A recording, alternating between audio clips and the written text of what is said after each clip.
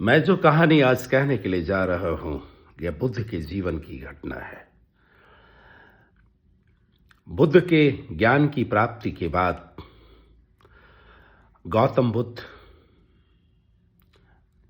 जब अपने शहर को लौटे तो वो अपने घर में गए और दरवाजा से आवाज लगाते हैं और कहते हैं, भिक्षाम देहि, भिक्षाम देहि। यशोधरा दरवाजा खोलती है, देखती है कि बुद्ध कमंडल लिए हुए सामने खड़ा है और अपना बेटे को कहती है, ये तेरा पिता है, जब तू 1 दिन का था ये तुम्हें छोड़कर चले गए। आज तू 12 वर्ष का है और ये 12 साल के बाद लौटे हैं। और बुद्ध को कहती है, क्या तुम्हारे पास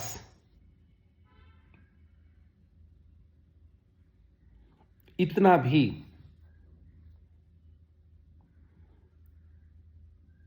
भाव नहीं थे जाने के पहले? कम से कम तुम गए थे तो बता करके जाते। अरे मैं छत्रानी हूं। जब मैं अपने पतियों को तिलक और आरती लगा करके मैं युद्ध में भेज सकती हूं, तो तुम तो सत्य की खोज में जा रहे थे। क्या मैं रोकती तुम्हें? मैं भी हूं छत्रानी। और दूसरा प्रश्न था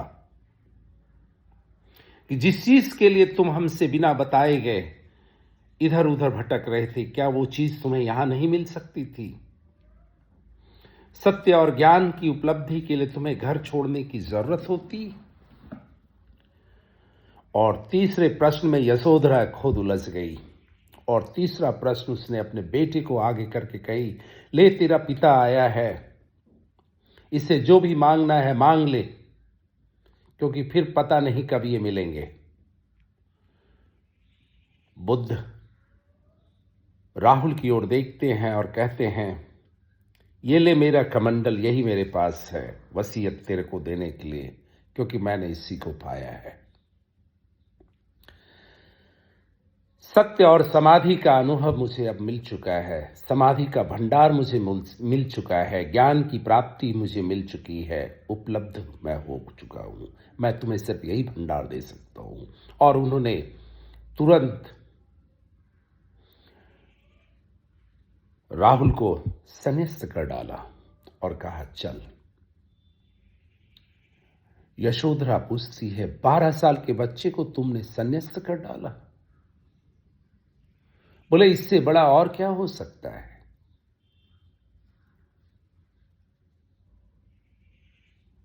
और जहां सत्य की उपलब्धि हो जाए, ज्ञान का मार्ग उपलब्ध हो जाए, वैराग्य की सिद्धि हो जाए, इसी को सन्यास कहते हैं। और यशोधरा कहती है, मुझे भी दीक्षा दो। और बुद्ध ने कहा, चलो आओ संन्यास्त हो जाओ। संन्यास जो मार्ग है, यह ज्ञान, वैराग्य और समाधि का मार्ग है। यशोधरा इस प्रकार से संन्यास में लीन हो गई कि इसके बाद बौद्ध धर्म में कहीं चर्चा नहीं होती है। उसने संन्यास के बाद एकाकार के भाव में आ गई और परम चेतना की उपलब्धि तभी होती है जब आप अस्मिता और अहंकार से आप ऊपर उठते हो। अस्मिता और अहंकार जब तक है तब तक तो वो आपको बांधे रखेगी।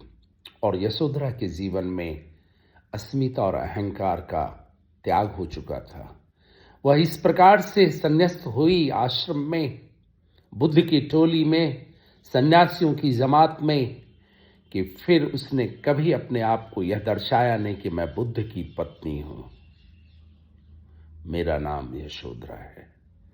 कहीं पर भी यशोधरा का उल्लेख नहीं आता है। इसी का नाम सन्यास है।